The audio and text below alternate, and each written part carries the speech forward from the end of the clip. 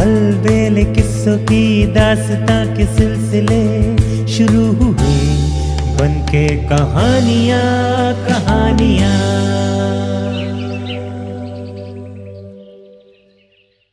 आइए सुनते हैं आज की कहानी राजकुमारी की दुविधा। विक्रम ने भी तय कर रखा था कि बेताल को उस साधु के पास लेकर ही जाएगा। अतः शमशान में जाकर फिर से बेताल को अपने वश में किया और चल दिया। बेताल ने फिर एक नई कथा सुनानी आरंभ की। बात उस समय की है जब धर्मपुर नगर में राजा धर्मशील का राज था। वो अपने नाम के अनुसार बहुत ही धार्मिक प्रवृत्ति का था। वैसे तो उसके राज्य में चारों ओर खुशहाली व्याप्त थी, किंतु राजा को अपने निसंतान होने का बहुत दुख था। उसे सदा यही चिंता लगी रहती थी कि उसके बाद वंश को कौन आगे बढ़ाएगा, कौन धर्मपुर का राजा बनेगा। धर्मशील पुत्र प्राप्ति के लिए पूजा पाठ, मंत्र जाप आदि करता रहता था। काफी समय बाद देवी माँ की उस पर कृपा हुई और उसे पुत्र रतन की प्राप्ति हुई। अब राजा अत्यंत प्रसन्न था। जिस देवी माँ की कृपा से उसे पुत्र की प्राप्ति हुई थी, राजा प्रतिवर्ष अपने पुत्र के जन्म दिवस पर उसके मंदिर में जाता और वहां पूजा अर्चना करता। इसी तरह कई वर्ष बीत गए और राजा का पुत्र युवा हो गया। हर वर्ष की भांति राजा धर्मशील अपने पुत्र के 21वें जन्म दिवस पर भी उसे देवी माँ के मंदिर में लाया और पूजा अर्चना की। राजकुमार के साथ राज के मंत्री का पुत्र तथा उसका मित्र अंगद भी आया था। पूजा पाठ के बाद जब वे लोग वापस जाने लगे तो मंदिर में ही राजकुमार की दृष्टि एक धोबी की पुत्री पर पड़ी। वो एक अत्यंत सुंदर थी। राजकुमार उसे देखते ही उस पर मोहित हो गया। अपने पिता से दूर हटकर राजकुमार ने अपने मित्र से उस कन्या के बारे में पूछा, मित्र, ये सुंदरी कौन है? राजकुमार, मैं पता लगाकर बता दूंगा। मंत्री के पुत्र ने मंदिर के पुजारी से पता लगाया और राजकुमार को बताया कि ये धोबी की पुत्री है। राजकुमार उसके सौंदर्य पर रीझ चुका था। उसने तय किया कि वो उसी से विवाह करेगा, अन्यथा जीवन भर कुंवारा रहेगा। राजकुमार पुनः मंदिर में गया और उसने देवी माँ के सामने प्रतिज्ञा की कि यदि उसका विवाह इस सुंदरी से हो गया तो वो अपना सिर देवी माँ के चरणों में अर्पित कर देगा। राजकुमार ने अपने मित्र को भी अपनी प्रतिज्ञा से अवगत कराया। उसके मित्र ने उसे समझाने का बहुत प्रयत्न किया, किंतु राजकुमार न माना। महल में वापस आकर राजकुमार उदास रहने लगा। उसे उदास देखकर राजा धर्मशील भी चिंतित हो गए। राजकुमार के मित्र ने अपने पिता से राजकुमार के विषय में बात की और उन्हें बता दिया कि वो एक धोबी की पुत्री से विवाह करना चाहता है। मंत्री ने ये बात अपने राजा को बता दी। राजा पहले तो गुस्सा हुआ, किंतु फिर पुत्र की प्रसन्नता के लिए सहमत हो गया। राजा ने राजकुमार का विवाह उसकी पसंद की कन्या से करा दिया। राजकुमार अत्यंत प्रसन्न था। उसकी मनोअभिलाषा पूर्ण हो गई थी। वो अपनी पत्नी के साथ वैवाहिक जीवन का आनंद लेने लगा। इसी तरह काफी समय बीत गया।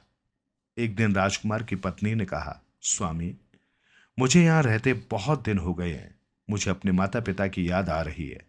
कृपया करके आप मुझे कुछ दिन के लिए उनके पास छोड़ आए। क्यों नहीं प्रिय, मैं तुम्हें कल ही वहां छोड़ आऊंगा, राजकुमार ने कहा। अगले दिन राजकुमार अपनी पत्नी को उसके मायके छोड़ने चल दिया। साथ में राजकुमार का मित्र भी था। तीनों रथ पर सवार होकर जा रहे थे कि अचानक रास्ते में देवी का मंदिर दिखाई दिया। मंदिर देखते ही राजकुमार को अपनी प्रतिज्ञा याद हो आई। उसे बेहद ग्लानि हुई कि जिस देवी माँ के कारण उसे मनचाही पत्नी मिली, उसी के प्रति वो अपनी प्रतिज्ञा पूर्ण करने में असफल रहा। राजकुमार ने अपने मित्र तथा पत्नी से कहा, तुम दोनों कुछ देर रुको, मैं देवी माँ के दर्शन करके आता हूं। मंदिर में पहुंचकर उसने देवी माँ से देरी के लिए क्षमा मांगी और तलवार निकालकर अपनी गर्दन पर वार कर दिया। बहुत देर तक प्रतीक्षा करने के बाद जब राजकुमार वापस न लौटा तो मित्र ने राजकुमार की पत्नी से वहीं प्रतीक्षा करने को कहा और स्वयं मंदिर में चला गया। मंदिर में जाकर जब उसने राजकुमार को मृत देखा तो वो उद्विग्न हो उठा। उसने सोचा कि जब वो बाहर जाकर लोगों से कहेगा कि राजकुमार देवी माँ के मंदिर में मृत पड़ा है, तो कोई उस पर विश्वास नहीं करेगा। सब यही सोचेंगे कि वो उसकी पत्नी पर मुग्ध हो गया होगा, इसलिए उसने राजकुमार की हत्या कर दी है। काफी सोचने के बाद इस लांछन से बचने के लिए उसने भी तलवार से अपनी गर्दन काट डाली। राजकुमार की पत्नी भी बहुत देर तक उन दोनों की प्रतीक्षा करती रही। जब और सहन न हुआ तो उत्सुकतावश वो भी मंदिर में चली गई। मंदिर में आकर उसने अंदर का दृश्य देखा तो हतप्रभ रह गई। उसके मन में बार बार यही विचार आ रहा था कि आखिर इन दोनों ने स्वयं को क्यों मार डाला। वो सोचने लगी, यदि वो बाहर जाकर लोगों से कहेगी कि इन दोनों ने स्वयं को मार डाला तो कोई भी उस पर विश्वास नहीं करेगा। सब यही कहेंगे कि राजकुमारी ने अपने पति व उसके मित्र से छुटकारा पाने के लिए उन्हें मारा है, ताकि वो स्वच्छंदता पूर्वक रह सके। धोबी की पुत्री होने के कारण ये संदेह लोगों की शंका को और भी दृढ़ कर देगा। अंततः उसने भी तय किया कि वो भी स्वयं को देवी के चरणों में समर्पित कर देगी। ये सोचकर उसने अपने पति की तलवार उठा ली। अपनी गर्दन पर वार करने के लिए उसने अपना हाथ उठाया ही था कि देवी मां ने साक्षात दर्शन दिए और राजकुमारी से कहा, पुत्री, तेरी पति भक्ति देखकर मैं बहुत प्रसन्न हूं। मैं तुम्हारी मनोकामना पूर्ण करूंगी। कहो क्या चाहती हो। देवी मां, मैं अपने स्वामी से बहुत प्रेम करती हूं और उनका मित्र मेरे भाई समान है। कृपया इन दोनों को जीवित कर दे। राजकुमारी ने देवी मां से प्रार्थना की, तुम्हारी ये मनोकामना पूर्ण होगी पुत्री। तुम अपने पति तथा उसके मित्र के सिर को उठाकर उनके धड़ के साथ रख दो। राजकुमारी ने दोनों के सिर उठाकर उनके धड़ के साथ रख दिए। देवी मां ने उन पर पवित्र जल छिड़का और कुछ क्षण बाद वे दोनों जीवित हो गए। देवी मां उसकी मनोकामना पूर्ण करके अंतर्ध्यान हो गई। उन दोनों को जीवित देखकर राजकुमारी अत्यंत प्रसन्न हुई, किंतु कुछ ही देर में उसकी प्रसन्नता निराशा में बदल गई, क्योंकि शीघ्रतावश उसने दोनों सिर गलत धड़ के साथ रख दिए थे, जिसके परिणाम स्वरूप राजकुमार के धड़ पर उसके मित्र का सिर था तथा मित्र के धड़ पर राजकुमार का सिर जुड़ा हुआ था। अब राजकुमारी असमंजस में पड़ गई कि वो किसे अपना पति स्वीकार करे। कुछ देर विचार करने के बाद उसने उनमें से एक को अपना पति स्वीकार कर लिया। अच्छा विक्रम, तुमने कथा तो सुन ली। अब ये बताओ कि राजकुमारी ने दोनों में से किसे अपने पति के रूप में स्वीकार किया। बेताल, राजकुमारी ने निसंदेह मित्र के शरीर में राजकुमार वाले सिर जुड़े व्यक्ति को अपने पति के रूप में स्वीकार किया होगा, क्योंकि मनुष्य के शरीर में मस्तिष्क ही सब कुछ होता है और उसी से मनुष्य सोचता, समझता व परखता है। मुझे ज्ञात था कि तुम्हारा उत्तर सही होगा, पर चूंकि तुम बोले और मैं चला। ये कहकर बेताल उड़ चला। विक्रम फिर उसके पीछे लग गया। सुनते हैं आज की कहानी राजा और सेवक। एक बार पुनः विक्रम ने वृक्ष पर उल्टे लटके बेताल को नीचे उतारा और उसको पीठ पर लादकर साधु के पास चल दिया। विक्रम का बोझ हल्का करने के लिए बेताल ने फिर एक नई कहानी सुनानी आरंभ की। मिथिला नगर में गुणाधीश नामक राजा का राज था। एक बार महल में चिरमदेव नामक एक युवक आया। उसकी अभिलाषा थी कि वो राजा की सेवा में रहे, किंतु दरबारियों ने उसे राजा से मिलने नहीं दिया। वो बहुत परेशान हो गया। उसे समझ नहीं आया कि वो क्या करे। वो प्रतिदिन महल में आता, दरबारियों के समक्ष गिड़गिड़ाता, धन का लालच देता, किंतु बात न बनती। चिरमदेव की इस समस्या को देखते हुए दरबार के एक सेवक ने उसे बताया कि राजा बहुधा शिकार खेलने जाते हैं, अतः जिस दिन वो शिकार खेलने जाएं, तुम भी उनके साथ हो लेना। चिरमदेव को सलाह पसंद आ गई। आखिर वो दिन भी आ पहुंचा जिसकी उसे प्रतीक्षा थी। राजा गुणाधीश अपने सैनिकों और कुछ सेवकों के साथ शिकार खेलने निकला। चिरमदेव भी अपने घोड़े पर बैठा और उनके साथ हो लिया। कुछ ही देर बाद राजा घने जंगल में था। चिरमदेव भी राजा के पीछे पीछे जंगल तक पहुंच गया। राजा गुणाधीश शिकार खेलता हुआ जंगल में काफी दूर तक चला गया। उसके सभी सैनिक और सेवक काफी पीछे छूट गए थे। अब राजा के पीछे केवल चिरमदेव था। कुछ देर बाद राजा ने अपने सेवकों को पुकारा, किंतु पीछे कोई नहीं था। जब राजा ने पुनः आवाज लगाई तो चिरमदेव अवसर को समझते हुए स्वयं राजा के सामने उपस्थित हो गया। राजा ने अनजान व्यक्ति को अपने सामने पाकर उससे पूछा, तुम कौन हो और यहां क्या कर रहे हो? महाराज, मैं चिरमदेव हूं और आपकी सेवा में रहना चाहता हूं। मैंने कई बार महल में आपसे मिलने का प्रयत्न किया, किंतु आपके दरबारियों ने मिलने न दिया। राजा ने कुछ देर सोचकर कहा, कोई बात नहीं, मैं तुम्हें अपनी सेवा में नियुक्त करता हूं। देखो, मेरे सेवक न जाने कहां रह गए हैं। भोजन की व्यवस्था उन्हीं के पास थी, पर लगता है अब भूखा ही रहना पड़ेगा। क्या तुम कुछ सहायता कर सकते हो?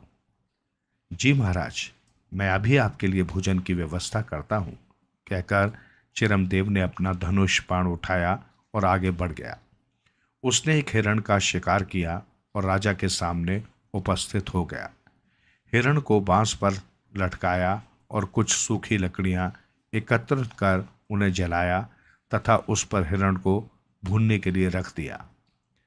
राजा ये सब देख रहा था।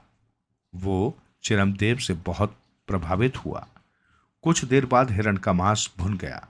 चिरमदेव ने भुना हुआ हिरण राजा के सामने रख दिया। राजा ने स्वयं भी भरपेट हिरण का मांस खाया और चिरमदेव को भी खाने को कहा। चिरमदेव की इस सेवा से राजा गुणाधीश अत्यंत प्रसन्न हुआ। राजा ने उससे कहा, चिरमदेव, हमने तुम्हें अपनी सेवा में रख लिया है। हम तुम्हें 5 स्वर्ण मुद्राएं प्रति माह देंगे और तुम्हारे रहने खाने की व्यवस्था भी राजकोष से ही होगी। धन्यवाद महाराज। कोई कमी रह गई हो तो बताओ चिरमदेव। इतने से तुम्हारा गुजारा सरलता से हो जाएगा? राजा ने पूछा। जी महाराज, बिल्कुल हो जाएगा। परिवार में मात्र एक बहन और माँ है। हम तीनों के लिए इतना बहुत है। ठीक है चिरमदेव, तुम्हारी बहन के विवाह की जिम्मेदारी भी हम लेते हैं। जब कभी भी उसके योग्य वर मिल जाए तो हमें सूचित कर देना, हम सारी व्यवस्था करा देंगे। चिरमदेव बहुत प्रसन्न हुआ। इसके बाद दोनों राजमहल में लौट आए। महल में चिरमदेव की राजा से निकटता को देखकर कई दरबारी और राजा के नजदीकी सेवकों को ईर्ष्या होने लगी। राजा भी अब चिरमदेव को महत्व देने लगा था, जिसके कारण उन सब में बेचैनी बढ़ने लगी। इन लोगों ने तय किया कि वे चिरमदेव पर विदेशी भेदिया होने का आरोप लगाकर उसे निकलवा देंगे। इस षड्यंत्र को मूर्त रूप देने के लिए उन्होंने नगर के कोतवाल को सूचना दी कि चिरमदेव दूसरे राज्य का भेदिया है और यहाँ हमारी शक्ति की जांच करने आया है। उन दरबारियों की बात सुनकर कोतवाल ने इसकी सूचना राजा को देना उचित समझा। वो तुरंत राजा के पास आया और पूछा, महाराज, आपने जो नया सेवक रखा है, क्या वो आपको विश्वसनीय लगता है? क्यों? तुम ऐसा क्यों सोचते हो? राजा ने पूछा। कोतवाल ने कुछ दरबारियों द्वारा की गई शिकायत के बारे में राजा को बता दिया। कोतवाल की बात सुनकर सभी राजा व दरबारी चौंक पड़े। कुछ सोचने के बाद राजा ने कोतवाल से पूछा, ये बात तुम्हें किसने बताई? महाराज, आपके दरबार के ही कुछ सेवकों ने, कोतवाल ने बताया। तुरंत उन सेवकों को दरबार में पेश किया जाए, राजा ने आदेश किया। राजा के आदेश का पालन हुआ। दरबार में वे 5 दरबारी हाजिर हुए जिन्होंने चिरमदेव की शिकायत कोतवाल से की थी। वे काफी डरे हुए थे। उन्हें लगा कि उनका झूठ पकड़ा गया है। राजा ने उनसे पूछा कि उनकी सूचना का स्रोत क्या है, तो वे कोई उत्तर न दे सके। उन्होंने अपनी गलती स्वीकार कर ली। राजा ने उन सभी दरबारियों को कारागार में डाल देने का आदेश दिया और कोतवाल से कहा, तुम तो नगर कोतवाल हो, बिना किसी ठोस प्रमाण के तुमने इनकी बात को गंभीरता से ले लिया और मेरे पास चले आए। आगे से ऐसा न हो, राजा ने चेतावनी दी। कोतवाल को अपनी गलती समझ में आ गई थी। वो तुरंत ही वहां से लौट आया। अब राजा का चिरमदेव के प्रति विश्वास और अधिक बढ़ गया था। एक बार राजा ने चिरमदेव को अकेले शिकार करने के लिए भेजा। शिकार की खोज में वो जंगल में काफी दूर तक निकल गया। कुछ और आगे बढ़ने पर उसे एक तालाब दिखाई दिया। उसने वहीं अपना डेरा डाल लिया। सोचा कि जब कोई जानवर पानी पीने आएगा तो वो उसका शिकार कर लेगा। कुछ देर तक प्रतीक्षा करने के बाद उसे एक सुंदर कन्या वहां दिखाई दी। उस कन्या को देखते ही चिरमदेव उस पर मुग्ध हो गया और उसे एकटक देखता ही रह गया। चिरमदेव को यूं अपनी ओर देखते हुए कन्या मुस्कुरा दी और उसके बारे में पूछा। उसने जवाब दिया, मैं इस राज्य के राजा का सेवक चिरमदेव हूं और उनकी आज्ञा से यहां शिकार करने आया हूं। किंतु तुम कौन हो? चिरमदेव ने पूछा। कन्या कुछ न बोले, केवल मुस्कुराती। चिरमदेव से रहा न गया। जिज्ञासावश तुरंत उसके सामने विवाह का प्रस्ताव रख दिया। ठीक है, मैं तुमसे विवाह कर लूंगी, किंतु पहले तुम इस तालाब में स्नान कर आओ। बस इतनी सी बात है, मैं भी स्नान करके आता हूं, कहकर चिरमदेव ने अपने वस्त्र उतारे और उन्हें किनारे रखकर तालाब में कूद गया। तालाब में कूदते ही उसे आभास हुआ कि एक अन्य कन्या उसे पकड़कर तालाब में नीचे ले जा रही है। उसने उससे पूछा, तुम कौन हो और मुझे कहाँ ले जा रही हो? मैं जलपरी की दासी हूं और तुम्हें उन्हीं के पास ले जा रही हूं, उस कन्या ने उत्तर दिया। चिरमदेव ने कोई उत्तर नहीं दिया। उसने सोचा, अब क्या हो सकता है। उसने सब कुछ भाग्य भरोसे छोड़ दिया। कुछ क्षण पश्चात उस कन्या ने उसे छोड़ दिया। वो तालाब से बाहर आ गया। बाहर आकर उसने देखा कि बाहर उसके वस्त्र आदि पड़े थे, किंतु ये वो तालाब नहीं था जिसमें उसने डुबकी लगाई थी। वो कन्या भी वो नहीं थी जिसने उसे तालाब में स्नान करने को कहा था, बल्कि वहां तो एक दूसरी ही सुंदर कन्या खड़ी थी। उसने वस्त्र पहने धनुष बाण उठाया और उस कन्या को देखने लगा। वो कन्या बोली, मैं तुम्हें जलपरी के पास ले जा रही हूं। तुम राह चलते शांत रहना, किसी से कुछ न कहना। ध्यान रखना, यदि तुम कुछ भी बोले तो तुम्हारी मृत्यु हो जाएगी। जलपरी तक पहुंचने के लिए 7 द्वार पार करने हैं। हर द्वार पर द्वारपाल तुम्हारा परिचय पूछेगा, पर तुम्हें कुछ नहीं बोलना है। चिरमदेव चुप रहा और उस जलकन्या के साथ साथ चलने लगा। 6 द्वार तो चिरमदेव ने शांत रहकर पार कर लिए, किंतु 7वें द्वार के पास पहुंचकर उसके साथ चलने वाली जलकन्या न जाने कहां लुप्त हो गई। उसे समझ न आया कि क्या करे। वो द्वार पर खड़े द्वारपाल को देखने लगा, पर उससे कुछ न बोला और सीधा आगे बढ़ गया। द्वार अपने आप खुल गया और चिरमदेव अंदर चला गया। अंदर जाकर उसकी दृष्टि एक और द्वार पर पड़ी, जिसके ऊपर एक नरमुंड लटक रहा था। चिरमदेव को देखकर वो नरमुंड खतरनाक अट्टहास करने लगा। मूर्ख प्राणी, अपनी मौत को बुलावा दिया है।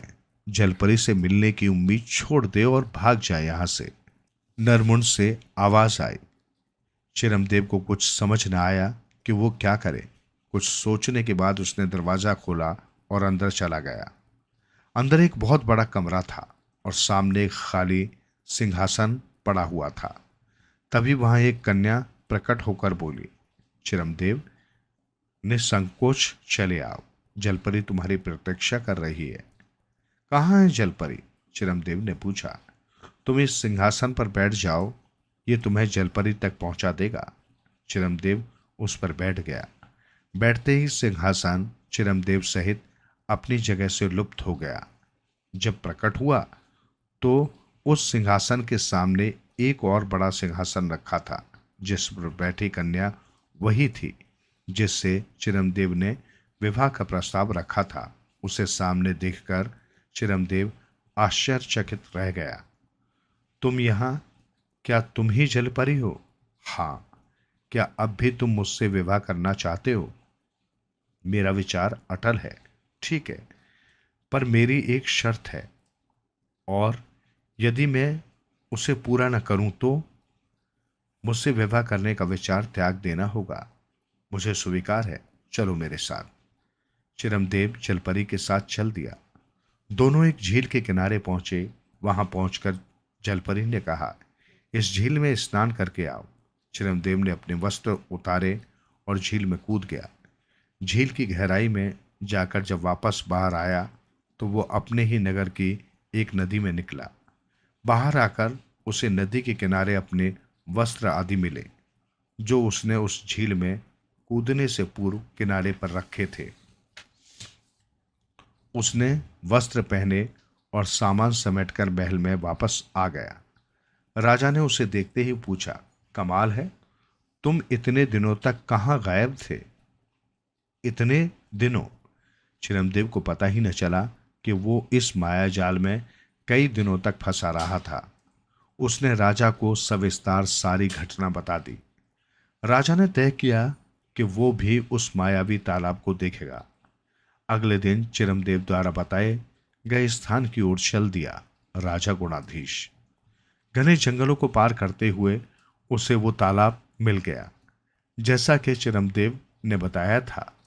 उसे वहां एक अत्यंत सुंदर कन्या मिली। आइए महाराज, मैं जानती हूं आप इस नगर के राजा हैं। मैं आपके लिए क्या कर सकती हूँ? मैं जो कहूँगा तुम उसे मानोगी? अवश्य, मैं वचन देती हूँ। तुम मेरे सेवक चिरमदेव से विवाह कर लो। आपके सेवक से? क्या मैं आपके योग्य नहीं हूं? मैं योग्यता की बात नहीं कर रहा। मेरा सेवक तुम्हें पसंद करता है। मैं तुमसे विवाह नहीं कर सकता। तुम्हें मेरे सेवक से ही विवाह करना होगा। जलपरी राजा को वचन दे चुकी थी, अतः वो इनकार नहीं कर सकी। राजा ने दोनों का विवाह धूमधाम से कर दिया। कथा को समाप्त करते हुए बेताल ने पूछा, विक्रम, क्या तुम बता सकते हो कि राजा ने जलपरी को चिरमदेव से विवाह करने को क्यों कहा? वो स्वयं भी तो उसके सामने विवाह का प्रस्ताव रख सकता था। बेताल, राजा निश्चय ही स्वयं भी विवाह का प्रस्ताव रख सकता था, किंतु राजा के लिए सेवक का महत्व अधिक था, क्योंकि सेवक का तो कार्य ही राजा की सेवा करना होता है। परंतु राजा ने जो कुछ किया उसका महत्व अधिक है। अतः राजा सेवक की इच्छा से भी परिचित था, इसलिए राजा ने अपने सेवक की इच्छा का आदर किया और जलपरी को चिरमदेव से विवाह करने के लिए विवश कर दिया। इधर विक्रम बोला और उधर बेताल उड़कर फिर पेड़ पर जा लटका। साधु को दिए वचन को पूरा करने के लिए विक्रम फिर उसके पीछे चल दिया। आइए सुनते हैं आज की कहानी, कौन बना पति। हर बार की तरह इस बार भी बेताल को अपने वश में करने में विक्रम को कोई कठिनाई नहीं हुई। एक बार पुनः बेताल ने कथा सुनानी प्रारंभ की। उज्जैन नगरी में हरिदास नामक एक ब्राह्मण रहता था। वो उस नगरी के राजा महाबली के यहाँ संदेशवाहक के रूप में नियुक्त था। उसके परिवार में उसकी पत्नी के अलावा एक पुत्र और एक पुत्री थे। उसकी पुत्री महादेवी विवाह योग्य हो चुकी थी और वो उपयुक्त वर की खोज में चिंतित था। उसे अपनी पुत्री के लिए सर्वगुण संपन्न युवक की तलाश थी। एक बार राजा ने हरिदास को संदेश देने के लिए दूसरे नगर भेजा। सकुशल संदेश पहुंचाने के बाद जब वो वापस लौट रहा था तो उसकी भेंट एक ब्राह्मण पुत्र से हुई। वो युवक हरिदास को अपनी पुत्री के लिए योग्य लगा, किंतु अभी उसके गुण परखना बाकी था। अतः हरिदास ने उससे उसके गुणों के बारे में पूछा। मैंने एक विशेष प्रकार के रथ का निर्माण किया है, जिसकी विशेषता है कि वो स्वयं ही तीव्र गति से चलता है। राह में पड़ने वाली कोई भी बाधा इसके लिए मायने नहीं रखती। इस रथ से कुछ ही क्षणों में कहीं भी पहुंचा जा सकता है। उस युवक ने उत्तर दिया। हरिदास ने रथ को परखना चाहा और उस युवक से अगले दिन प्रातः रथ लेकर आने को कहा। वो युवक प्रातः रथ लेकर उपस्थित हो गया। हरिदास ने उस युवक से कहा कि इस रथ से हम लोग उज्जैन नगरी चलते हैं, रथ की परख भी हो जाएगी। युवक तथा हरिदास उस रथ में सवार हो गए। कुछ ही देर में वे दोनों उज्जैन नगरी में थे। ब्राह्मण उस विचित्र रथ को देखकर अत्यंत प्रसन्न हुआ। उसने उस युवक से अपनी पुत्री का विवाह तय कर दिया। उधर हरिदास के पुत्र ने भी एक अन्य ब्राह्मण युवक से अपनी बहन महादेवी का विवाह तय कर दिया। उस ब्राह्मण युवक की विशेषता यह थी कि वो शास्त्रों में पारंगत था और उसे भविष्य का अच्छा ज्ञान था। वो भविष्य में घटने वाली किसी भी घटना के बारे में क्षण भर में जानकारी दे सकता था। हरिदास के पुत्र को वो युवक अपनी बहन के योग्य लगा और उसने उसे वचन दे दिया।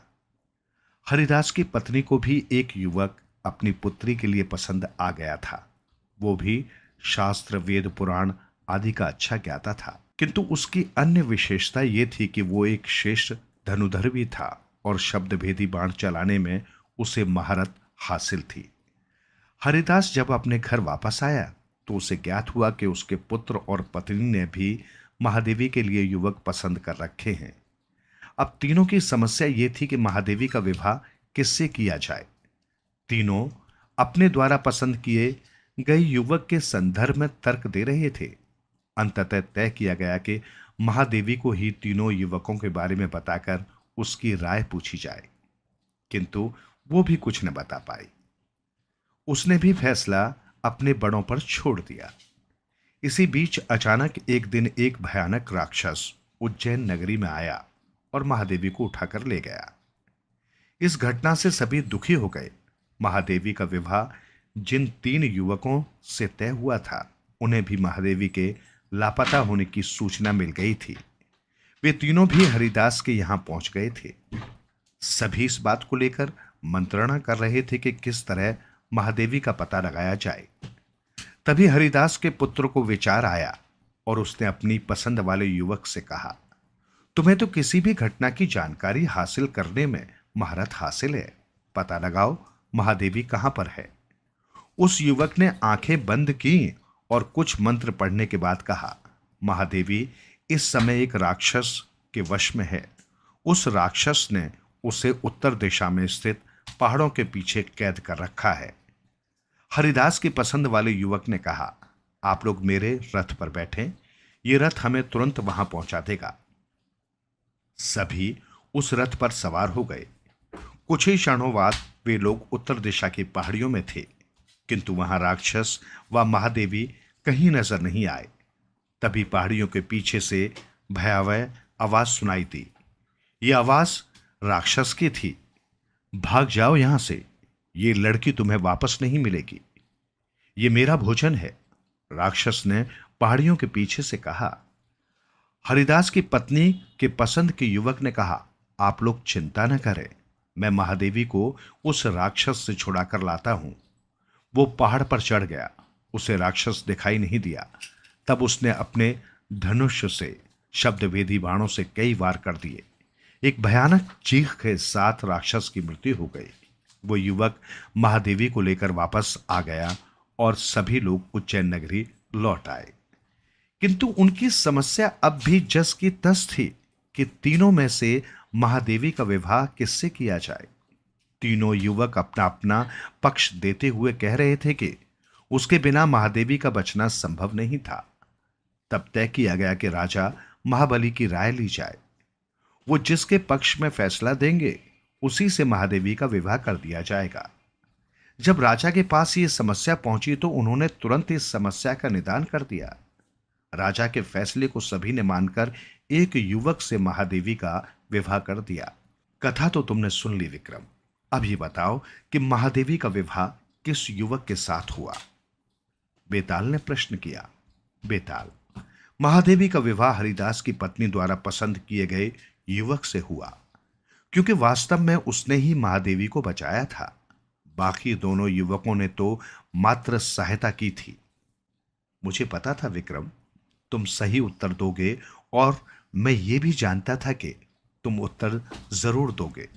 चूंकि तुम बोल पड़े इसलिए मैं जा रहा हूं। बेताल वापस उड़ते हुए शमशान की ओर चल दिया। विक्रम भी हाथ में तलवार लेकर उसके पीछे भागने लगा।